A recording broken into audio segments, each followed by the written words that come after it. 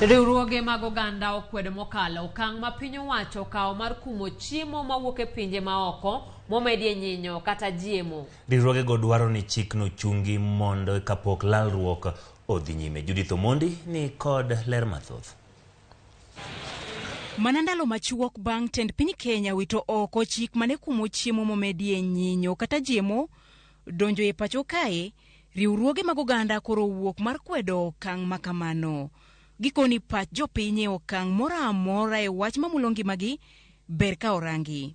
Ni nini imefanya serikali kulift ile ban. Concerns zetu zinakuwa kwanza watu hawajahusishwa ile public participation. We demand that the ban be immediately reinstated and an inclusive public participatory process be instituted to look into the long-term and sustainable solutions to issues affecting food security and agricultural productivity in the country. Bende gichiwo ng'ur e wi chiro ne jopur mapacho ka kaluwore ni kodhi mag GMO go biro bedo kawuokie e pinje maoko. A lot of interest ama kuna ile wale ambao wanataka kuuza mbegu zao hapa Kenya.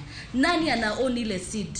Nani atakuwa akiuza ile mbegu? Ukiangalia kama BT cotton ambayo ililetwa Kenya mwaka wa 2019.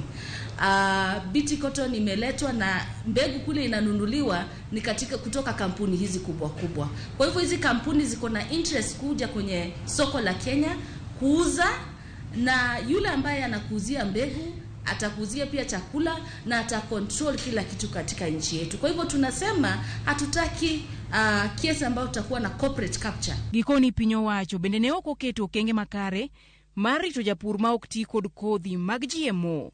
Even before lifting the ban, there should be mechanisms put in place to ensure that farmers who do not want to grow GMOs are protected from contamination. For example, if you have a neighbor, you know our farmers are small-scale farmers with farmers next to each other.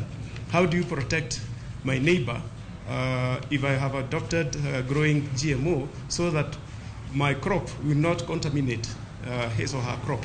Do we have those mechanisms? I want you to tell me whether there is any standard that checks the safety of the GMOs that are going to be produced or are going to be imported to this country. Do they have the standards? Have they developed that? What we are saying is, what is the rush for? Kartimo nonro mar mbalariany ma Kenyatta emano yawo mokwongo e weche mag loso kodhi mag GMO e pacho kae. Richard Oduor koni nyaka sani gin kod kodhi ma omedie nyinyo mar omuogo kod bando madongo e kuonde ma oro kwako. Products that are for the reduced, we call them cyanogenic cassava, is already existing here.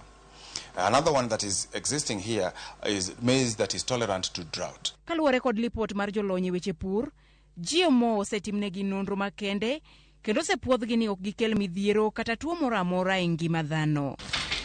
Judith Omondi, Ramogi TV. Kawadhi nyime